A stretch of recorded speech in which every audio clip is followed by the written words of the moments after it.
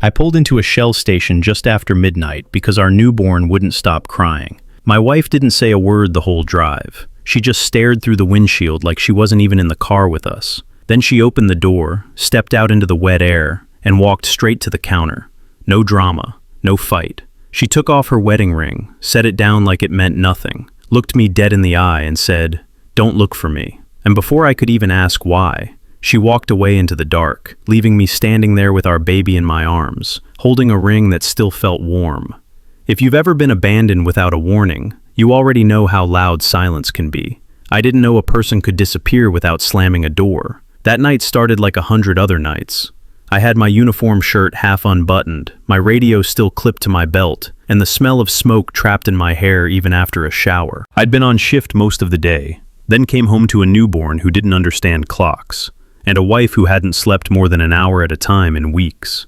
Nia sat on the passenger side with her hands folded in her lap, like she was waiting for a bus, not riding home with her husband.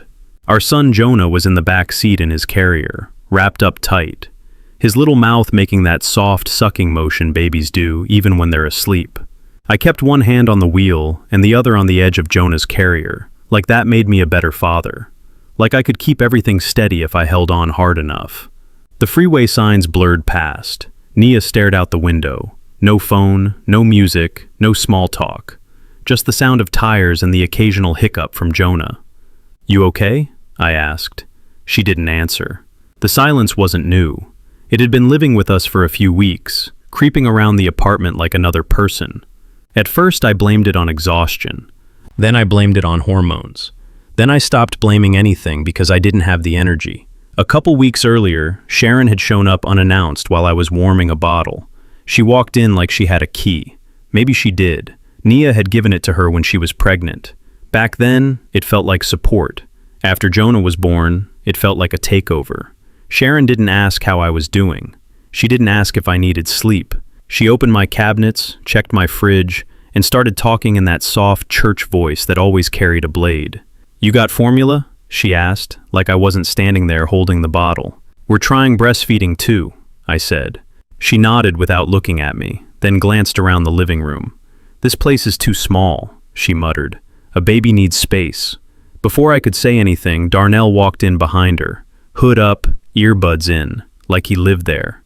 He gave me a little grin, the kind that said he was waiting to see what I'd do. I'd never liked how he talked to his sister, always calling her girl, always telling her what she needed, always acting like he was the man of the family because he was loud enough to pretend. That day, he went straight to my counter, picked up my wallet, and flipped it open without asking. I watched him do it. I didn't stop him. I told myself it wasn't worth the fight. I told myself my job already gave me enough conflict. He pulled out my card and waved it. "You got that good credit," he said. "Mama said we might need to grab some stuff." "Put it back," I said, calm, even. He laughed and slid it back into the wallet like he was doing me a favor. Sharon turned to me with that smile. "Don't be sensitive, Marcus," she said. "We're family. It's all for the baby." The baby. Like Jonah was a key to my life they could use to open whatever door they wanted. Nia stood by the couch the whole time, her shoulders slumped, eyes down. She didn't speak up. She didn't correct them. She didn't meet my gaze either. Later that night, after they left, I tried to talk to her. "Your mom can't just come in and start running things," I said, keeping my voice low because Jonah had finally fallen asleep. Nia stared at her hands. "She's just helping," she whispered. "Helping doesn't look like that."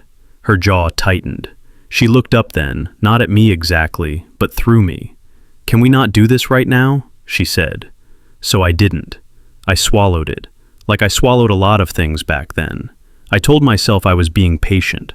I told myself I was being a good man, a good husband, a protector, the kind of guy who held the line while everyone else fell apart. But patience has a limit. It turns sour when people start mistaking it for permission. That's what I didn't understand until we pulled into that Shell station off the highway. I only stopped because Jonah started fussing. His little cries were thin and sharp, like a match striking. I needed to feed him, change him, do something. Nia didn't react. She just kept staring forward like she wasn't hearing him. I parked under the canopy, cut the engine, and turned around to check on Jonah. My hands moved on autopilot, unbuckling, lifting, rocking him against my chest. He quieted right away, his cheek warm against my shirt. When I looked up, Nia was already opening the door. "Nia," I said, "where are you going?" She didn't look at me. She stepped out slow, like her body was heavy, then walked toward the store entrance. For a second, I thought she was grabbing water, or diapers, or just getting air. I followed, Jonah in my arms, my boots thudding across the pavement. She reached the counter before I caught up. The cashier, a young guy with tired eyes, glanced at her and then at me. He looked away fast, like he didn't want to be part of whatever was happening. Nia took off her wedding ring and placed it on the glass like it was a receipt she didn't need anymore. My throat tightened. "Nia, stop," I said, keeping my voice steady because Jonah was right there. "Come back to the car." She finally looked at me. Her eyes weren't angry. That was the part that scared me. They were empty, like someone had scooped the life out of her and left the shell. She swallowed, her lips trembling just once. "Don't look for me," she said, her voice rough, almost broken. That was it. No explanation, no fight, no tears. She turned and walked out, past the gas pumps, straight into the rain. No jacket, no bag, no phone in her hand that I could see. I stood there holding our son, my heart banging hard enough to hurt, watching her get smaller and smaller until she blended into the dark. The cashier cleared his throat like he wanted to say something, then didn't. Jonah shifted against my chest, letting out a tiny whimper, and I pressed my palm to his back, whispering without meaning to. "I got you," I said. Then I picked up the ring off the counter, slid it into my pocket, and walked back outside as the rain hit my face, and the cold air filled my lungs like I'd been underwater too long. My hands wouldn't stop shaking until I got Jonah buckled back into his carrier. The drive home felt longer than it was. Jonah dozed in short bursts, waking every few minutes to fuss like he could sense something had snapped loose in the world. I kept checking the rearview mirror, half expecting Nia's face to appear in the back seat, like this was some kind of mistake she'd fix once she cooled off. Nothing. Back at the apartment, I carried Jonah inside and set him on the couch, while I grabbed a bottle and paced the floor. My uniform was still damp from the rain. I didn't even take my boots off at first. I just moved, doing whatever came next because stopping meant thinking. A few minutes later, my phone started ringing. Sharon's name lit up the screen. I answered because I still believed, for a dumb second, that she might say something that made sense. "Where is she?" I asked. A small sob came through the speaker, the kind Sharon always saved for when she needed an audience. "Marcus, what did you do to my baby?" she cried. "You scared her. You pushed her too far." I stared at Jonah, watching his tiny chest rise and fall, and tried to keep my voice even. She walked away. "I was holding your grandson." She left. Sharon inhaled sharply like she didn't want to hear details. "She wouldn't do that unless she had to," she said. "My daughter isn't crazy. You made her feel trapped." That word hit me, trapped, as if I'd locked her in a room instead of building a life around her. Before I could respond, she kept going, voice shifting from tears to accusation. "Don't you dare act innocent. I knew something was wrong with you from the start." I didn't argue. Not because I agreed, because arguing with Sharon was like trying to wrestle smoke. She'd twist anything I said until I sounded guilty for breathing. So I let her talk while I warmed the bottle and changed Jonah on a folded towel. The call ended with Sharon promising she would handle this, and that I should do the right thing. I stood in my kitchen, staring at the wall, and my phone rang again. This time it was Nia's cousin. "Man, why you acting like this?" he said without greeting. "She's at Mama Sharon's. She's safe. Let her breathe." My mouth went dry. "She's there?" I asked. "So she didn't disappear. She went straight to her mom." "That's her family," he snapped. "Maybe you should have treated her like family too." Then came her aunt, then her brother, then someone I barely knew who somehow had an opinion on my marriage. Each call sounded like the last. Each person talked like they'd been in my car, like they'd heard every word, like they'd watched her hand over that ring. Nobody asked where Jonah was sleeping. Nobody asked if he'd eaten. Nobody asked if I'd closed my eyes at all. All they wanted was a villain they could point at. By sunrise, I'd made a decision without saying it out loud. I got up, opened my laptop, and created a folder. I named it Jonah. Then I started saving everything. Screenshots of texts, missed calls, voicemails. Every time Sharon sent a message that started sweet and ended sharp, it went in that folder. Every time someone demanded money for Nia's recovery or hinted at lawyers, I saved it. When Sharon left a voicemail sobbing about her daughter, I saved that too. Not because I wanted revenge, because I knew how stories got told in families like hers. Loud people spoke first, and quiet men got buried. That afternoon I drove to the station for my shift. My captain pulled me aside and asked if I was okay. I said I was fine. That's what men like me always said. After work, I went straight to a daycare office I'd found online. Jonah was too young for most places, but I needed something stable. A woman behind the desk introduced herself as Elena Ruiz. Mid-40s, calm eyes, hair pulled back. She didn't talk like she was trying to win. "You're the dad," she said, glancing at Jonah. "Just you?" I nodded. She watched me for a moment, then spoke softly, like she was careful not to insult me. "People are going to say a lot," she said. "You can't out-explain people who don't want the truth. You just protect the baby." The words landed in my chest heavier than they should have, because she wasn't offering sympathy. She was giving me permission to stop begging for fairness. I signed the paperwork with my hands still sore from gripping the steering wheel all night, then walked Jonah back to the car, my phone buzzing again in my pocket, and I didn't answer. The first deposit showed up on a Tuesday. I noticed it because I check my accounts the way some people check the weather. A habit from growing up with nothing, and a habit from working a job where one bad day can turn into a whole different life. Jonah was 2 by then. He had a favorite dinosaur cup and a laugh that came out like a squeak when something surprised him. He also had a savings account I opened the week after Nia walked away, because I needed one thing in this mess that stayed clean. The transaction sat there like it belonged. $200, memo line, for Jay. No sender name, no banknote, just a neat little transfer. I stared at it for a long minute, then clicked into the details and got nothing helpful. I checked again the next day, like it might magically change into a full explanation. It didn't. My first thought was Nia, not because I was holding on to some romantic idea, but because it fit the shape of her silence. She'd always been the kind of person who did things quietly when she couldn't face you. Even when we were together, she'd clean the house in the middle of an argument instead of talking. She'd leave a note on the counter instead of saying what she felt out loud. So I did what I hadn't done in a long time. I called Sharon. She picked up on the second ring, already sounding annoyed, like I was bothering her by existing. "What?" she said. "Someone's been sending money into Jonah's account," I told her. $200 a month. Memo says for Jay. You know anything about that? There was a pause. Not surprise, not confusion. Just a pause long enough to choose a weapon. "Don't start," she snapped. "Don't you start making up stories to drag my daughter back into your life." "I'm not making anything up," I said. "I'm asking a question."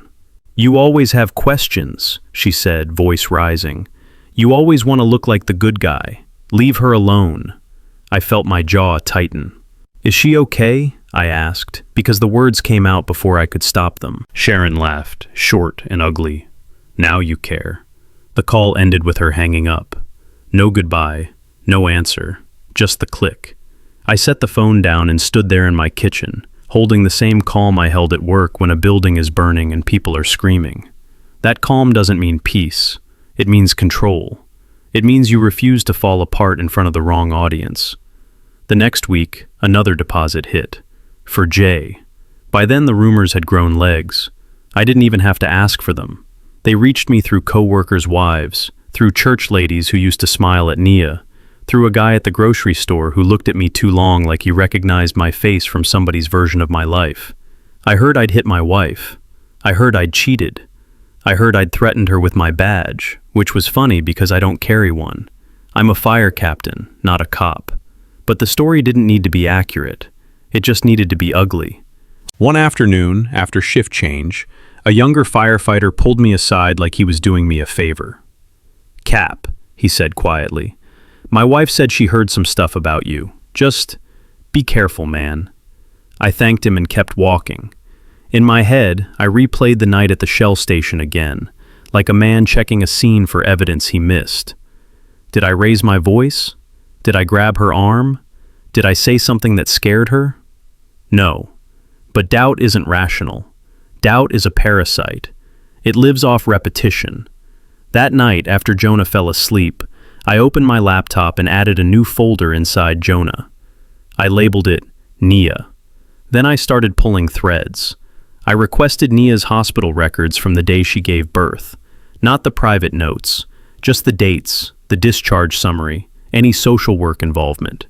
I printed out my call logs from that month. I scrolled back through old texts until my eyes burned. I wrote down every time Sharon contacted me, every time she demanded something, every time she changed the story. A week later, I drove back to that Shell station on my day off. The cashier wasn't there, but a manager came out when I asked about footage. He didn't look at me like I was crazy. He looked at me like he'd seen this kind of thing before. "We don't keep video that long," he said. "Couple weeks maybe." I nodded like I expected that, then asked anyway. "Anybody ever pull it? That night? 2 years ago?" He shrugged. "Not that I know of." I thanked him, walked back to my truck, and sat there with my hands on the steering wheel, realizing something I hadn't let myself admit before. Nia didn't just leave me. Somebody helped her disappear. The deputy knocked on my door on a Friday morning while I was spooning oatmeal into Jonah's mouth. He didn't look threatening. He looked tired, like this wasn't his first stop, and it wouldn't be his last. "Marcus Adeyemi?" he asked. I wiped Jonah's chin with a paper towel and nodded. The deputy handed me a stack of papers. I saw the seal before I saw the names. Harris County Family Court, Sharon Baylor versus Marcus Adeyemi. My stomach stayed still. That surprised me. I expected panic. Instead, I felt something colder, like my body already knew this was coming and had decided fear would be a waste. The allegations didn't even try to sound subtle. Emotional abuse, unstable temperament, interference with maternal family connection. Then came the part that made my fingers curl. An affidavit signed by Darnell Baylor. Sworn statement. He claimed he'd witnessed me screaming at Nia while holding the baby, and that Nia had told him she left because she feared for her safety. I read it twice, slow, like the truth might appear between the lines if I stared hard enough. Behind me, Jonah slapped his spoon on the high chair tray and laughed, oatmeal flying. That laugh landed in my chest like a reminder. Everything they were doing had a target, and it wasn't me. It was him. I thanked the deputy and closed the door. No yelling, no pacing, no calling Sharon to curse her out.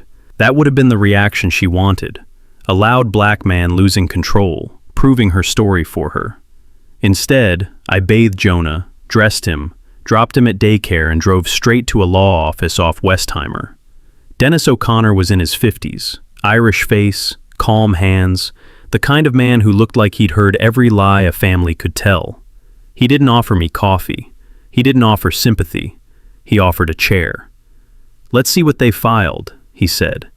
I slid the packet across his desk, then opened my own folder, the one labeled Jonah.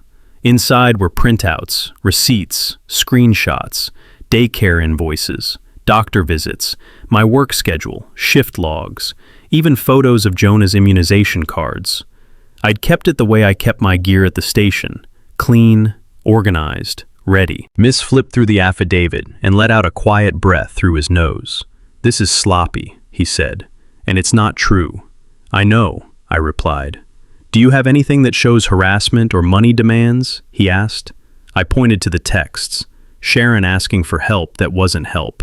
Sharon implying I owed her. Sharon threatening court before she ever filed. Dennis's pen tapped once against the desk. "You've done the right thing," he said. "You kept records. Now we stay calm and we stay factual." On the way back to the station, my phone rang. It was my battalion chief. He didn't waste time. "Marcus," he said, "I'm hearing some things. I'm not asking details. I'm telling you this. Don't let your personal life drag the department into it." I stared at the dashboard, listening to him talk about image, reputation, headlines, the things that mattered to people who'd never been alone at 3 a.m. with a screaming newborn. "Understood," I said.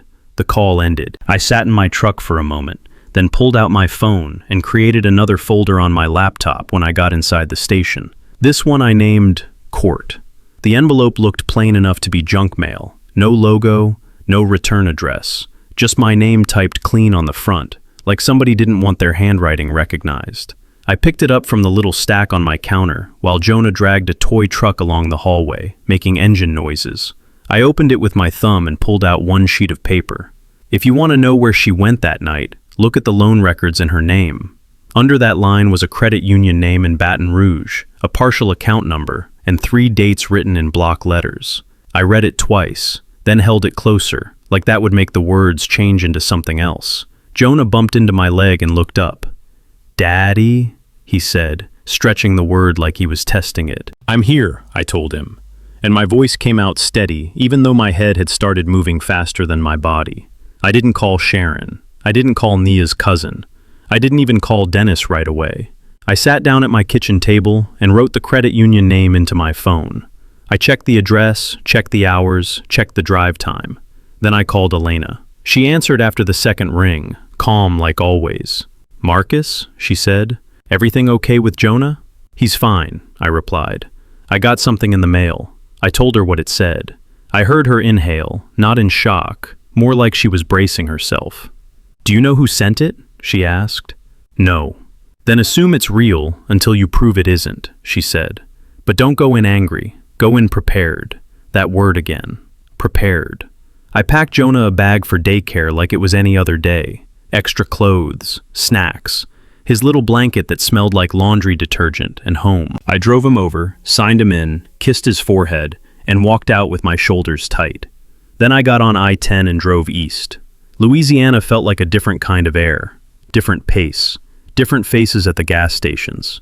I kept my eyes on the road and my mind on those 3 dates from the letter.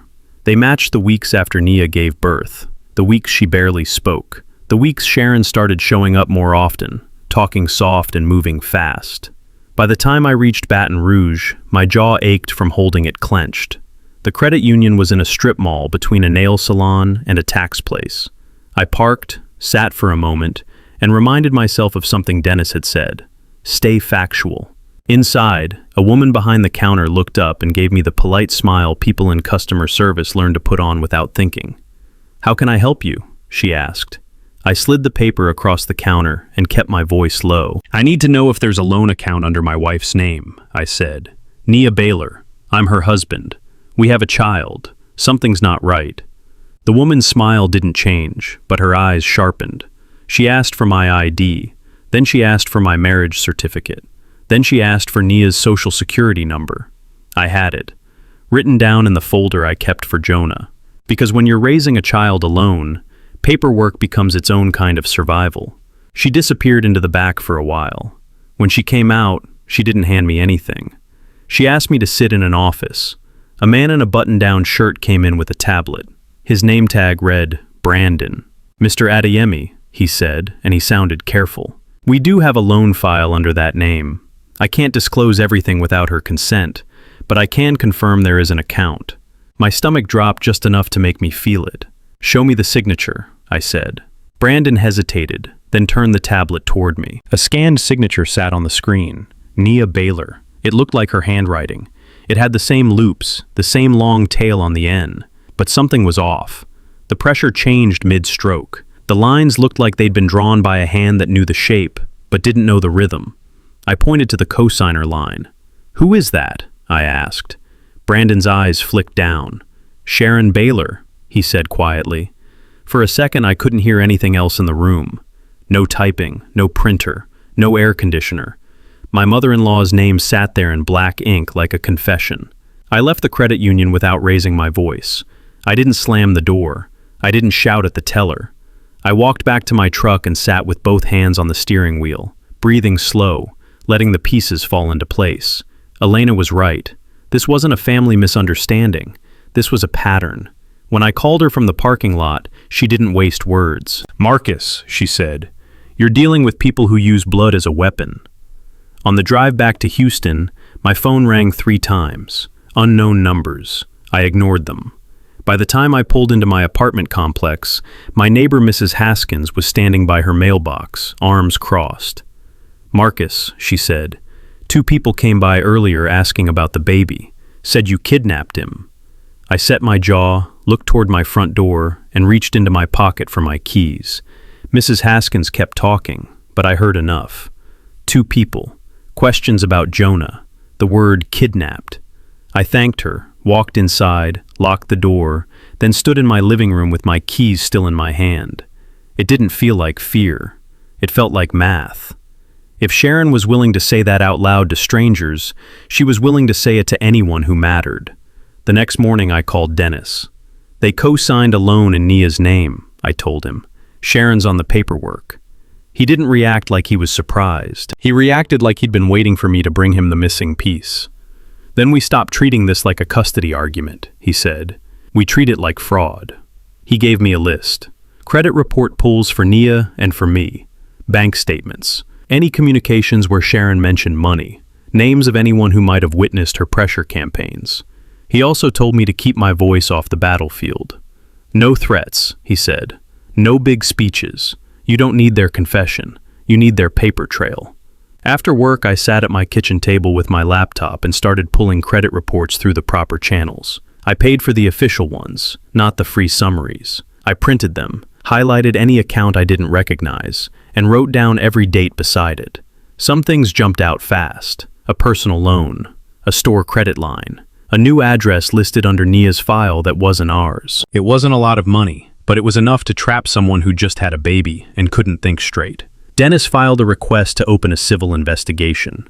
Not loud, not public. Just the first step to force financial institutions to preserve records. He also suggested a private investigator, not the movie kind. A retired guy who understood databases, not drama. The investigator's name was Calvin Price. Ex-police, late 50s, spoke like he was allergic to emotion. We met in a diner off the freeway. He listened, asked for documents, and nodded once. They're sloppy, he said. Family fraud always is. People think love is a shield. By then, my thoughts had shifted. I didn't sit around wondering why Nia left anymore. That question got me nowhere. The better one was how they benefited. Once I started asking that, everything looked different. A black sedan appeared near my building 2 days in a row. Same spot, same tint. Nobody got out. My phone started getting calls from blocked numbers. Sometimes there'd be silence, sometimes a breath, then nothing. At daycare, I caught a man standing by the fence watching the kids. Not a parent, not staff. He turned away when I looked at him. I didn't chase him. I just went inside and asked Elena to print the security policy. That night I changed Jonah's drop-off schedule, moved my work shifts around, and installed a camera over my front door, then another facing the parking lot. I tested the alerts twice. Jonah toddled into the hallway in his pajamas, dragging his blanket behind him. "Daddy?" he said, rubbing his eyes. I picked him up, carried him back to bed, and sat there until his breathing slowed again. My phone in my hand, Calvin's number saved at the top of my favorites. The first welfare check came while Jonah was watching cartoons.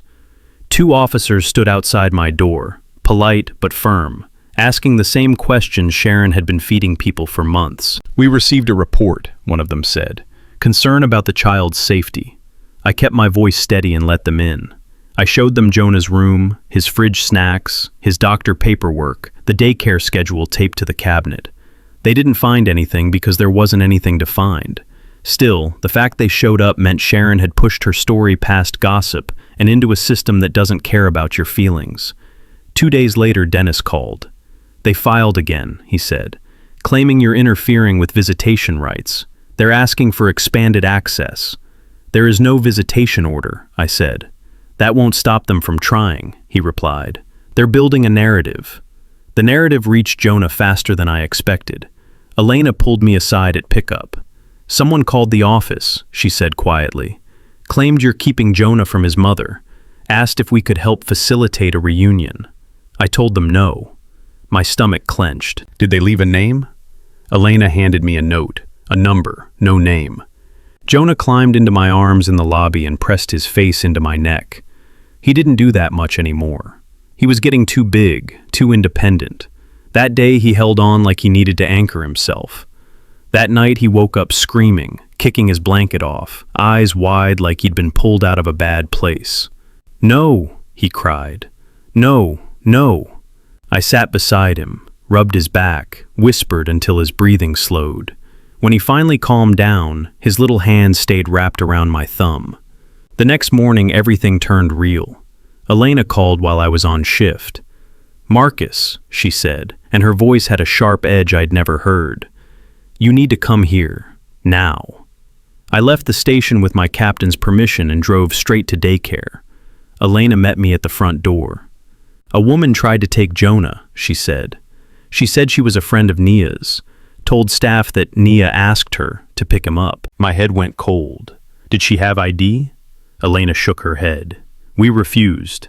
She got loud, threatened to call the police. We called you instead. She left when she saw the cameras." Elena led me to the office and pulled up the footage. I watched the woman lean over the front desk, smiling too hard, talking too fast. Then I watched her face change when Elena pointed toward the security sign and shook her head. I recognized that look. It wasn't concern. It was entitlement. A few minutes later, Jonah walked out of his classroom holding a paper plate covered in glue and glitter. He ran toward me, proud, unaware of how close he'd come to being pulled into someone else's plan. I crouched, hugged him, and kept my face calm for his sake. My arms tightened anyway. Not from panic, from clarity. If they were bold enough to send a stranger to retrieve my child, silence wasn't patience anymore. It was negligence. Dennis filed the emergency motion that afternoon. Temporary restraining order. No contact. No third parties. Strict pickup rules. Court-backed boundaries. By bedtime, the paperwork sat on my counter beside Jonah's sippy cup, and I filled out every line with the same careful handwriting I used on incident reports. The call came from a number I didn't recognize. I almost ignored it. After months of blocked calls and silence on the line, I had learned to let unknown numbers go to voicemail. That day, something made me pick up. "Is this Marcus?" a man asked. His voice sounded young, nervous, like he'd rehearsed the sentence. "Yeah," I said. "Who is this?" "My name's Trey," he replied. "I used to work nights at the Shell off I-10. A while back, you came in asking about footage. You probably don't remember me." I did remember. Not his face exactly, but the tired look. The kind people get when they've watched too many strangers break down at a counter. "What's going on?" I asked. Trey swallowed hard. "That night, when your wife left," he said, "I saved something." My grip tightened around the phone. "Why?" I asked. "Because it was weird," he said. "She wasn't alone." He told me he'd copied the footage onto a USB and kept it in a drawer. At first he planned to delete it. Then he forgot. Then he saw my face again on a local news story about a firefighter raising his kid alone. He recognized me and thought about that night all over again. "I don't want trouble," he said quickly, but it didn't sit right. We met in a Walmart parking lot on the edge of town, because neither of us wanted this tied to our names and addresses. Trey climbed out of an older sedan with his hoodie up, holding a small flash drive like it weighed more than it did.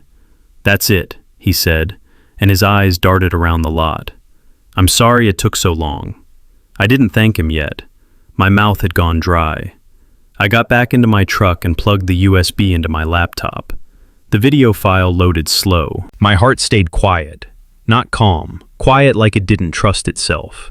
The footage showed the pumps, the store entrance, the side lot, Nia walking out with no bag, me behind her holding Jonah, the ring on the counter.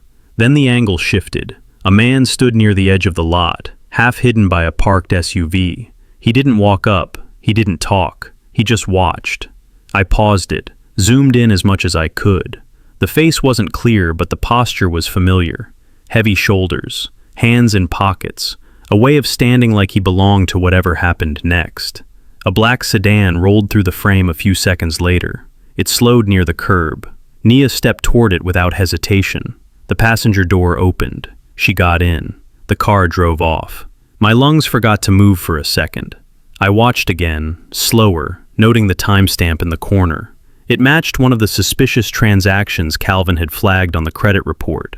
Same night, same hour, same window of time when a loan shark payment had been made through a prepaid debit account tied to Sharon's address. I sat there, laptop balanced on my thigh, and felt the last piece click into place. This wasn't a woman storming off in anger. This was an exit plan. Sharon denied everything when Dennis served the restraining order. Her lawyer called it a misunderstanding and accused me of manufacturing evidence. Darnell went online and posted that I was trying to ruin a mother and her family. None of that mattered anymore. The video didn't care about their tears. I sent a copy to Dennis and Calvin the same night. Then I scanned every loan document, every credit report, every call log, and labeled each file with dates and names. Fraud, identity theft, coercion, third-party involvement. By midnight, my email inbox showed the confirmation. The packet had been forwarded to federal investigators and submitted with our family court motion. Jonah wandered into the living room, rubbing his eyes, his blanket dragging behind him. "Can I have water?" he mumbled. I closed the laptop, stood up, and walked him to the kitchen, keeping one hand on his shoulder while the other poured from the pitcher like my life depended on staying steady. Jonah tugged my sleeve and pointed at the bounce house like it was the most important decision in the world. "Dad, can I go again?" he asked, already hopping on his toes. I handed him his wristband and watched him run back toward the line. Third grade suited him. He'd grown into his legs. His voice carried confidence now, the kind of confidence that comes from knowing someone will show up for you. That's what made it hard to see her. I noticed Nia the way you notice a siren in the distance. You don't hear it right away, but something in your body reacts before your brain catches up. She stood near the edge of the crowd, hair pulled back, eyes locked on Jonah, like she'd been holding her breath for years. When she said his name, it came out cracked. Jonah. He turned, confused at first. Then his face changed into something I couldn't name. Not joy, not fear, just the shock of a missing piece suddenly appearing. Nia stepped forward, tears already spilling, arms lifting like she expected him to fall into them. I moved before Jonah could. My hand caught his shoulder and guided him behind me. Not rough, just firm. The same way I'd move someone away from a dangerous scene without making a spectacle. Nia froze. "Marcus," she whispered. I didn't answer her there, not in front of teachers, parents, kids with cotton candy in their hands. I nodded toward the parking lot and kept my voice low. "Come with me." She followed, trembling, wiping her cheeks with the back of her hand like she didn't know what to do with the tears. We stopped beside my truck. My pulse thudded, but my voice stayed flat. "Why now?" I asked. Her shoulders shook. "I didn't know where you were," she said. "I tried, Marcus, I tried." I stared at her, waiting for the part where she blamed me. Instead, she swallowed hard and looked past me, like Sharon might step out from behind a car. "I was scared," she whispered. The word landed heavy. I didn't soften. "Scared of who?" Nia flinched. Her mouth opened, closed, then opened again. "My mom," she said. "And Vernon." That name didn't surprise me. It confirmed what I already knew. She spoke fast after that, like she'd been holding the story in her throat for too long. Sharon had brought papers to the hospital, said it was for assistance. Vernon had stood behind her, quiet, watching. They told Nia she owed money, that they'd ruin me, that they'd take Jonah away, that no one would believe her. When she panicked, Sharon gave her an option. Leave. Disappear. Let Marcus be the villain. They would handle it. My jaw tightened, not because I doubted her, but because I could hear Sharon's voice in every sentence. Before I could respond, a familiar sound cut through the lot. Sharon. She came from the sidewalk like she belonged there, clutching her purse, face already wet, calling out loud enough for nearby parents to hear. "There you are," she cried, pointing at me. "You see? He's been keeping her from her own child." Nia stiffened like she'd been hit. Sharon stepped closer, eyes wild, voice shaking with practiced grief. "You destroy families, Marcus. You always have." I didn't argue. I didn't insult her. I reached into my pocket and pulled out my phone. One tap brought up the video. I held it up where Sharon could see the screen, then swiped to the scanned loan paperwork with her name on the cosigner line. The timestamp, the signatures, the trail. Sharon's mouth kept moving for a second, then stopped. Her eyes flicked from the phone to Nia, then to me. And for the first time I saw something real in her face. Calculation.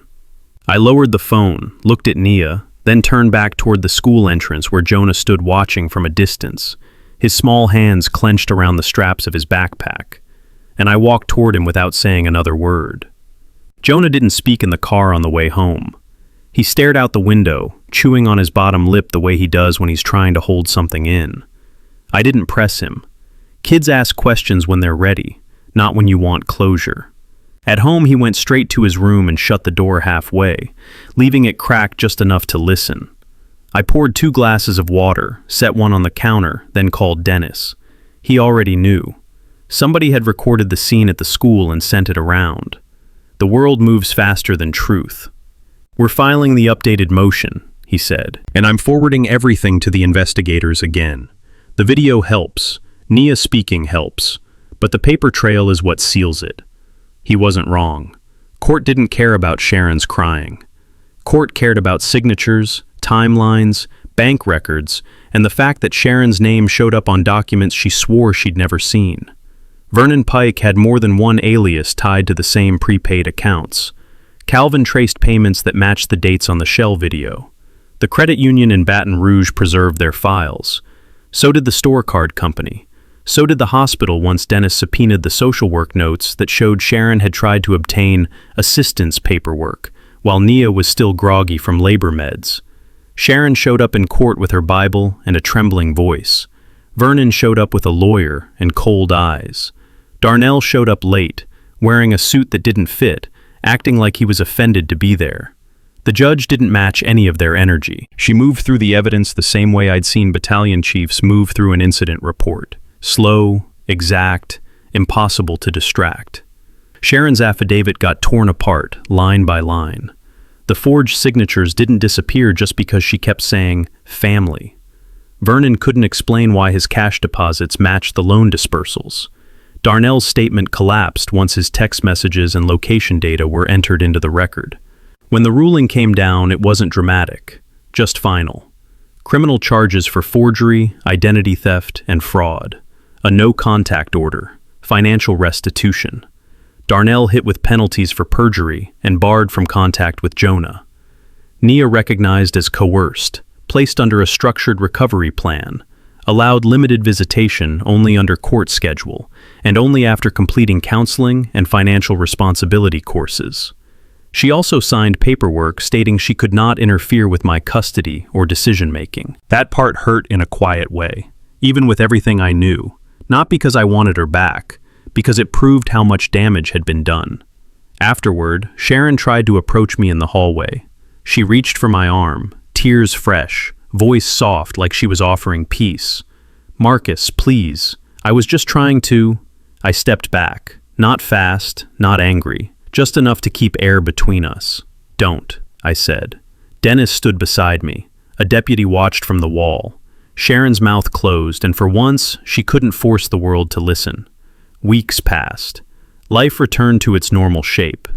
Jonah had homework. I had shifts. Dinner still needed cooking. Laundry still piled up. The only difference was the silence felt clean now. One afternoon in an Atlanta park, Jonah played basketball with a couple boys from school. He missed more than he made, but he kept shooting anyway. My phone buzzed. Unknown number. Louisiana area code. I looked at it for a second, then pressed the side button and slid the phone into my pocket. Jonah called out, "Dad, watch this." I lifted my head, focused on him, and nodded.